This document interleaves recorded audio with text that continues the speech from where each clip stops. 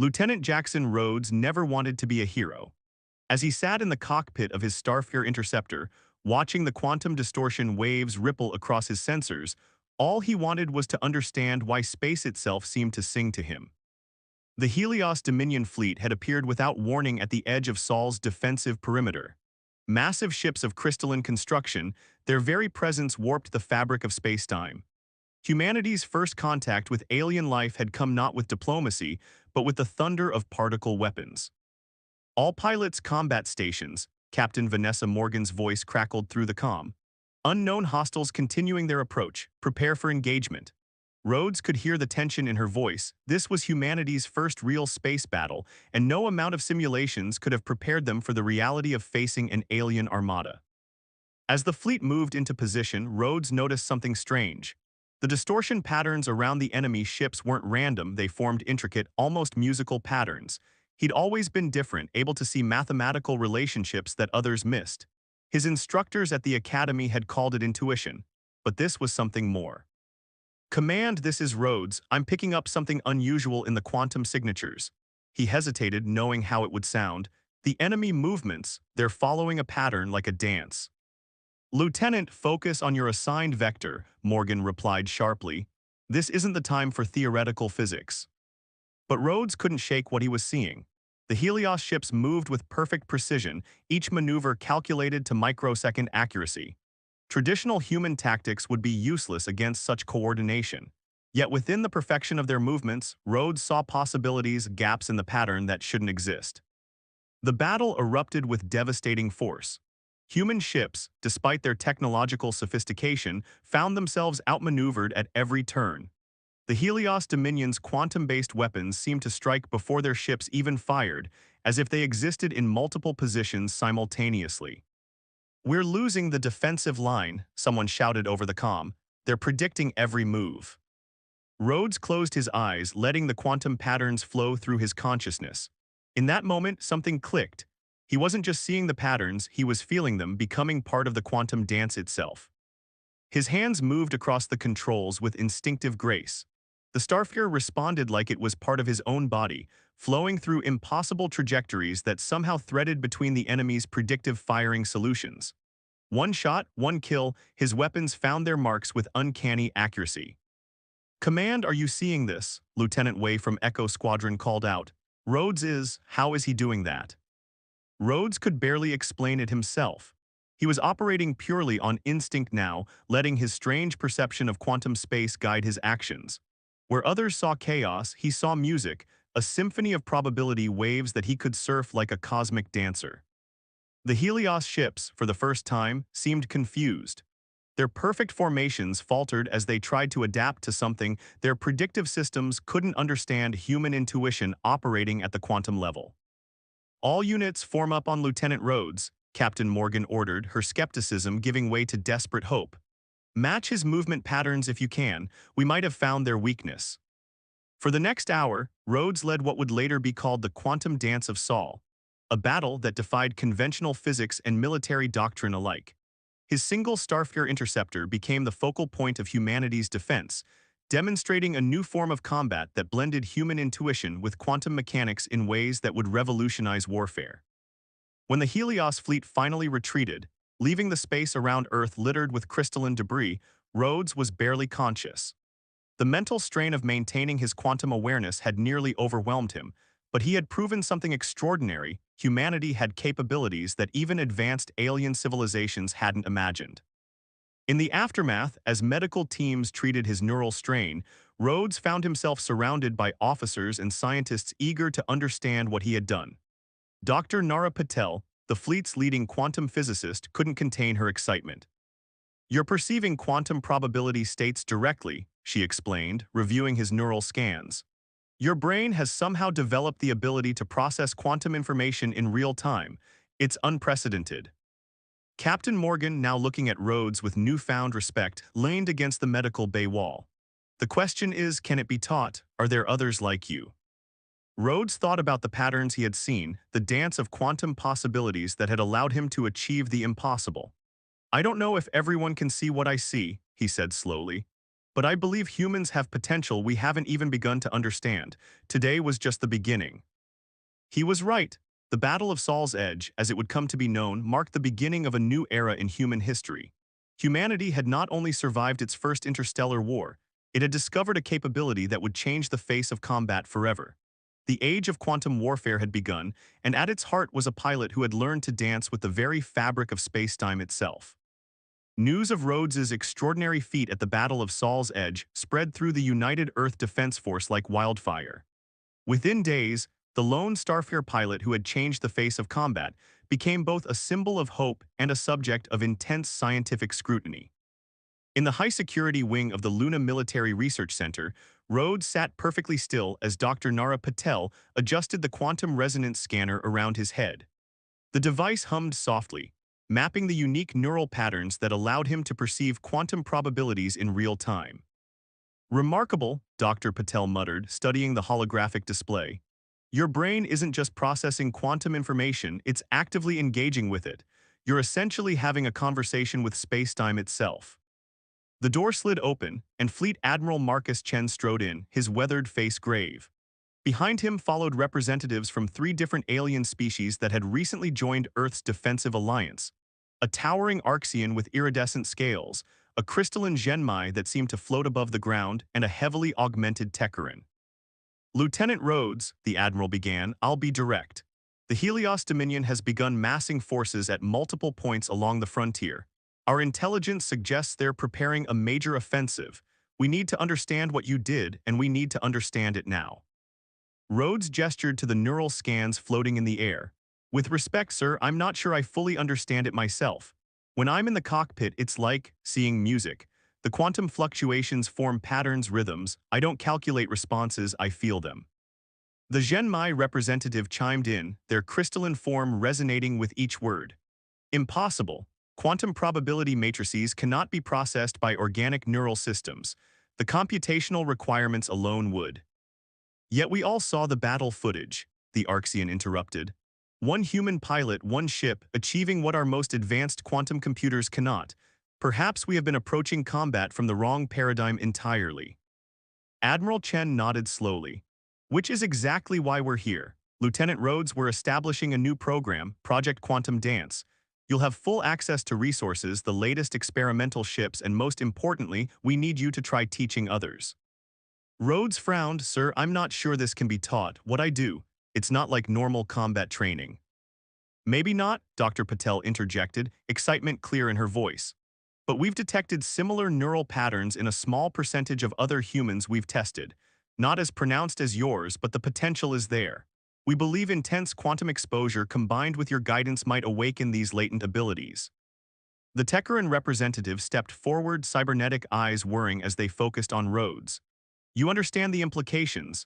If humans possess some innate ability to directly interface with quantum probability fields, it changes everything we thought we knew about warfare, about physics itself." Rhodes stood up, carefully removing the scanner apparatus. "What choice do we have? The Helios Dominion isn't going to wait while we debate theory. They're coming, and conventional tactics won't stop them, if there's even a chance we can develop this ability." "Agreed," Admiral Chen said. "But be warned, not everyone will support this initiative. Many in the military establishment, both human and alien, see this as a dangerous deviation from proven doctrine. You'll face resistance." Over the next weeks, Rhodes worked with Dr. Patel to develop an unprecedented training program. Traditional combat simulators were modified to incorporate quantum probability feeds. 20 candidates were selected, each showing subtle signs of quantum sensitivity in their neural scans. The results were both encouraging and frustrating.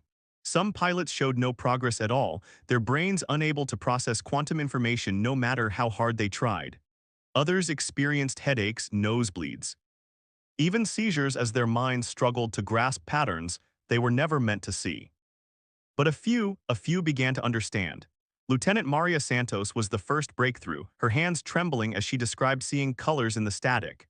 Commander James Wu followed, his simulator runs showing brief moments of impossible precision. Each small success validated Rhodes's discovery, proving that humanity's quantum perception wasn't a fluke, it was an evolution. The Helios Dominion gave them no time to perfect their techniques. 3 weeks into the training program, long-range sensors detected massive quantum disturbances. The enemy fleet wasn't just coming, they were coming in force, with new ships specifically designed to counter the tactics Rhodes had used at Saul's Edge. In the observation room overlooking the training floor, Rhodes watched his small group of quantum-sensitive pilots prepare for what might be their only chance to prove their worth. Dr. Patel joined him, her expression concerned. "They're not ready," she said quietly. "The neural integration is still unstable if they push too hard."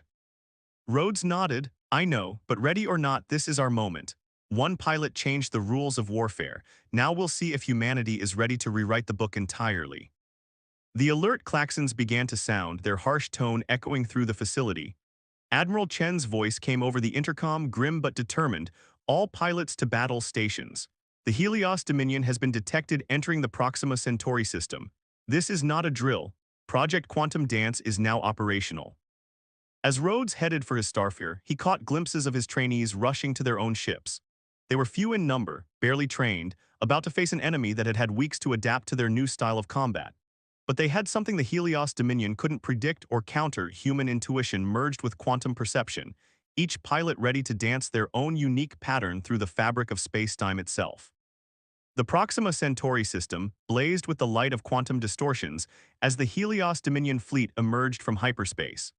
Their ships had changed, no longer purely crystalline constructs, but hybrid vessels wrapped in layers of probability-shifting fields designed to confuse human quantum perception. Lieutenant Rhodes led his small squadron of quantum-sensitive pilots toward the engagement zone. Behind them, the main Earth defense fleet held position, their conventional weapons and tactics now serving as support for this experimental new force. "Remember your training," Rhodes transmitted to his squad. "Don't try to copy my exact patterns. Each of you perceives the quantum field differently. Trust your own rhythm." Lieutenant Santos's voice crackled over the calm, tense but determined. "The distortion patterns, they're different from the simulations, more complex." "They've adapted," Commander Wu confirmed. "Multiple probability shells around each ship. They're trying to mask their true positions." Rhodes smiled grimly. The Helios Dominion had indeed learned from their previous encounter, but they'd made one crucial mistake. They assumed human quantum perception was like their predictive computers, something that could be confused by adding more variables.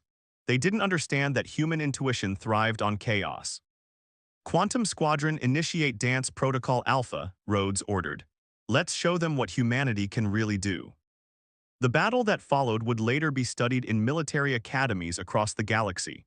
The small human squadron split into pairs, each duo moving in seemingly random patterns that somehow synchronized into a larger dance of destruction. Where the Helios ships tried to hide behind quantum probability fields, the human pilots simply flowed through the uncertainties, striking at the reality hidden beneath. Rhodes pushed his starfire through a series of maneuvers that should have been impossible. His consciousness merged with the quantum field itself. He could feel the enemy's confusion, their perfectly calculated battle plans dissolving in the face of human unpredictability. "They're targeting our neural patterns," Santos called out as several of her squadron mates clutched their heads in pain. The Dominion had developed weapons that sent discordant quantum pulses through space, trying to overwhelm the human's unique perception. "Switch to beta rhythm," Rhodes commanded, adjusting his own neural patterns. "Don't fight the interference, dance with it." The human pilots adapted, turning the enemy's quantum static into a new form of sensor data. Where the Dominion expected their weapons to blind the humans, instead they found their own attacks being used against them. Each pulse meant to disrupt human consciousness became a beacon, revealing the true position of its source. Commander Wu's voice rose in excitement. "The probability fields, they're not just defensive. Look at how they ripple before they fire. The patterns show they're targeting solutions." Rhodes saw it too. The Dominion's advanced technology was becoming their weakness. Their reliance on quantum prediction made them vulnerable to those who could see the quantum field directly. Every attempt to mask their movements only added more patterns that the human pilots could read. In the command center, Dr. Patel watched the neural telemetry from the human squadron with growing amazement. "Their brains are synchronizing," she reported to Admiral Chen. "Not just with the quantum field but with each other. They're creating a collective quantum dance we never saw in training." The tide of battle turned. One by one, Dominion ships fell to precisely targeted strikes from the human squadron. Their perfect formations broke apart, their predictive systems unable to cope with combat that defied mathematical logic. All ships execute Omega Spiral, Rhodes ordered as he saw the enemy fleet begin to fall back. The human squadron moved as one, their ships weaving an intricate pattern through space that created a cascading quantum disruption. Dominion vessels caught in the effect found their probability fields collapsing, their advanced systems crashing as human intuition rewrote the rules of quantum combat. The enemy retreat became a rout. Ships that had survived vanished into hyperspace, leaving behind a battlefield strewn with crystalline debris and pulsing with quantum aftershocks. In the sudden silence, Rhodes checked his squadron's status. They were exhausted, some bleeding from their noses after the neural strain, but alive. More importantly, they had proven that humanity's quantum perception wasn't limited to a single pilot. "Command, this is Quantum Leader," Rhodes transmitted. "Proxima Centauri system is secured." Admiral Chen's reply was thick with emotion. "Outstanding work, Quantum Squadron. You've just changed the face of warfare forever, again." As the squadron regrouped for the return to base, Rhodes reflected on how far they'd come. What had started with one pilot's unique perception had evolved into something greater, a new form of combat that combined human intuition with quantum mechanics in ways no one had imagined possible. But in his gut, Rhodes knew this was still just the beginning. The Helios Dominion would adapt again, come back with new tactics and technologies. The quantum dance would continue to evolve, and humanity would need to evolve with it. "All pilots form up," he ordered, already thinking about how to expand their training program. "We've won this battle, but the real war is just beginning. The day one pilot changed galactic warfare was just the first step. Now we're writing the next chapter together." 3 months after the Battle of Proxima Centauri, Rhodes stood before a holographic display of the known galaxy, watching as red markers indicated the latest Helios Dominion fleet movements. Each passing week brought reports of new enemy ships, their designs evolving rapidly in response to humanity's quantum combat techniques. "They're not just adapting anymore," he explained to the assembled military leadership. "They're completely rebuilding their combat doctrine. Every engagement teaches them more about how we perceive quantum space." The massive war room aboard the Earth Defense Force flagship Endeavour hummed with tense discussion. Admiral Chen pointed to a cluster of markers near the Orion arm. "Our latest intelligence suggests they're testing ships with quantum masking technology we've never seen before. Some kind of recursive probability field that changes its own patterns." Dr. Patel, now head of the Quantum Combat Research Division, brought up a neural scan taken during a recent skirmish. "The strain on our pilots is increasing. These new Dominion tactics aren't just trying to hide their ships, they're actively trying to scramble human quantum perception." Rhodes felt the familiar pressure building behind his eyes just looking at the scanner data. The Helios Dominion had learned from each defeat, and their latest ships were marvels of quantum engineering. They had taken the lesson of human intuition and turned it back on its creators, developing systems that could generate false quantum patterns so complex they could overwhelm even trained perception. "We lost 3 pilots in the last engagement," Commander Wu reported grimly. "Not to enemy fire, their brains just couldn't handle the quantum interference. We're pushing the limits of what human consciousness can process." The room fell silent. Everything they had built, starting from that first miraculous battle where one pilot changed the rules, was being challenged. The Dominion had proved themselves far more adaptable than anyone had expected. Rhodes closed his eyes, letting his quantum perception extend through the ship. Even here in supposedly normal space, he could feel the patterns shifting and flowing. Something about the enemy's new tactics nagged at him, a familiar resonance he couldn't quite place. "Show me the neural data from all our recent engagements," he requested. "Not just the combat logs, I want to see how our pilots' brains are responding to these new quantum masks." Dr. Patel compiled the data, and a complex three-dimensional graph appeared in the center of the room. To most observers, it was just a chaos of intersecting lines and color shifts. But to Rhodes's quantum-attuned senses, it told a different story. "There," he said, pointing to a recurring pattern. "The Dominion ships aren't just generating random quantum noise. They're mimicking our own neural patterns, using our quantum dance against us." Admiral Chen leaned forward. "How is that possible? They can't perceive quantum space the way humans do." "No," Rhodes agreed, "but they've been recording and analyzing every battle. Their ships are now generating quantum fields that resonate with human brain waves. That's why our pilots are burning out. We're essentially fighting our own reflections. The revelation sent a ripple through the command staff. The Helios Dominion had taken humanity's greatest breakthrough in combat tactics and twisted it into a weapon against its creators. The next phase of the war would be fought not just in physical space, but in the quantum realm of human consciousness itself. "So what do we do?" Lieutenant Santos asked, her voice carrying the weight of recent losses. "How do we fight an enemy that's using our own perceptions against us?" Rhodes turned back to the neural display, studying the intricate dance of quantum patterns. The answer was there, hidden in the very complexity that made the enemy's new tactics so devastating. Just as he had discovered in that first battle, human intuition could find paths through quantum space that no computer could predict. "We stopped trying to perceive the quantum field directly," he said slowly, the strategy forming in his mind. "Instead, we learned to feel the gaps between patterns, the spaces where probability itself breaks down." Dr. Patel's eyes widened as she grasped the concept. Quantum negative space. Theoretically, areas where probability functions cancel each other out should be imperceptible, but if a human consciousness could somehow sense those voids. "Exactly," Rhodes nodded. "The Dominion is trying to overwhelm our quantum perception with complex patterns, but in doing so, they're creating predictable interference points, blind spots in their own defenses." The next 2 weeks saw Rhodes working with Dr. Patel to develop an entirely new training protocol. Instead of teaching pilots to read quantum probabilities, they learned to feel for the absence of patterns. It was like teaching someone to navigate by looking for shadows instead of light. The breakthrough came during a defensive action at Alpha Centauri. A Dominion probe force, equipped with their latest quantum masking technology, encountered Rhodes's squadron. As the enemy ships activated their interference fields, the human pilots didn't try to pierce the quantum static. Instead, they flowed through the gaps between patterns, striking at points where the probability fields collapsed in on themselves. The probe force was destroyed without a single human casualty. More importantly, the pilots reported no neural strain from the engagement. By avoiding direct perception of the enemy's quantum masks, they had rendered the Dominion's most sophisticated defense meaningless. "Once again, humanity has changed the rules of warfare," Admiral Chen remarked after the battle. "From one pilot's discovery of quantum perception to an entire new way of fighting in probability space.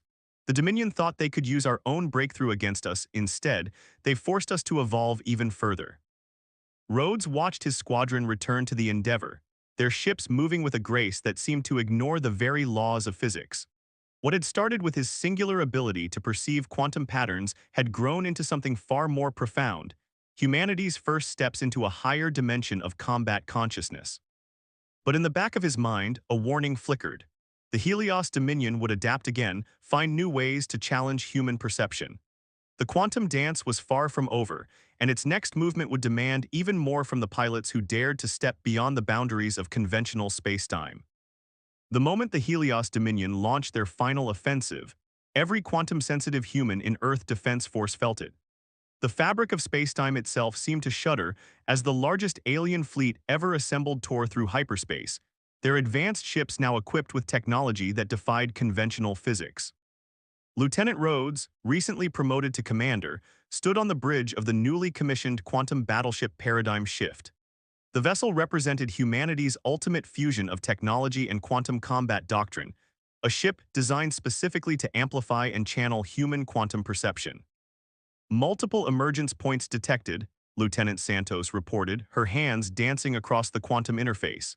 "They're using some kind of cascading probability field. I've never seen patterns this complex." Through his enhanced perception, Rhodes could see what the Dominion had created. Their ships weren't just hiding behind quantum masks anymore. They were actively rewriting local spacetime, creating bubbles of altered reality where normal physics simply stopped working. "All quantum-sensitive personnel prepare for neural synchronization," Rhodes ordered. This was what they had been training for. The paradigm shift's revolutionary design allowed multiple pilots to combine their quantum perception, creating a shared consciousness that could comprehend and manipulate probability fields far beyond what any individual could manage. Dr. Patel's voice came through the neural link as she monitored their brains from the science station. "Quantum sync stabilizing. Remember, don't fight the merger, let your perceptions flow together naturally." As the 20 most gifted quantum pilots on the ship joined their consciousness, Rhodes felt his awareness expand exponentially. He could see every ship in both fleets, every probability field, every potential future branching out across space-time. More importantly, he could see what the Dominion was attempting. "They're not here to destroy us," he announced, the revelation flowing through the neural link to his fellow pilots. "This fleet, it's a test. They're pushing quantum technology to its absolute limit, trying to understand what humanity has achieved." Admiral Chen, standing at the traditional command station, turned to Rhodes. "Explain." "Their new ships aren't designed for efficient combat," Rhodes said. "They're designed to generate the most complex quantum patterns possible. They want to see how far human perception can go, what we're truly capable of." Through the vast neural network linking Earth's quantum pilots, Rhodes could feel agreement rippling. The Helios Dominion, for all their technological advancement, had encountered something they couldn't quantify or predict: human consciousness itself. The enemy fleet began its approach, their ships moving in formations that bent probability to the breaking point. Reality itself seemed to blur around them, multiple versions of each vessel existing simultaneously across quantum space. "All pilots prepare for Quantum Symphony Protocol," Rhodes commanded. This was the culmination of everything they had learned since that first battle where one pilot changed the rules. Not just perceiving quantum patterns, not just dancing through probability gaps, but actively reshaping quantum space itself through the combined power of human consciousness. The paradigm shift's quantum core hummed to life, amplifying the neural network connecting its pilots. Through their shared perception, they began to weave their own pattern into the fabric of spacetime, not fighting against the Dominion's quantum distortions, but harmonizing with them. "They're responding," Santos reported with wonder in her voice. "Their patterns, they're shifting to match ours." Rhodes nodded. The Dominion had finally understood. This wasn't a battle to be won through superior technology or tactical advantage. It was a dialogue written in the language of quantum probability, a conversation between two species learning to perceive reality in entirely new ways. For the next hour, the two fleets engaged in what would later be called the Quantum Symphony. Ships moved through impossible trajectories, reality rippled and reformed, and the very nature of space combat evolved before the eyes of astonished observers. Not a single shot was fired, yet the engagement would be remembered as one of the most significant military encounters in galactic history. Finally, after a maneuver that briefly caused both fleets to exist in four different probability states simultaneously, the Dominion ships pulled back. A transmission cut through the quantum static, translated by the paradigm shift's computers.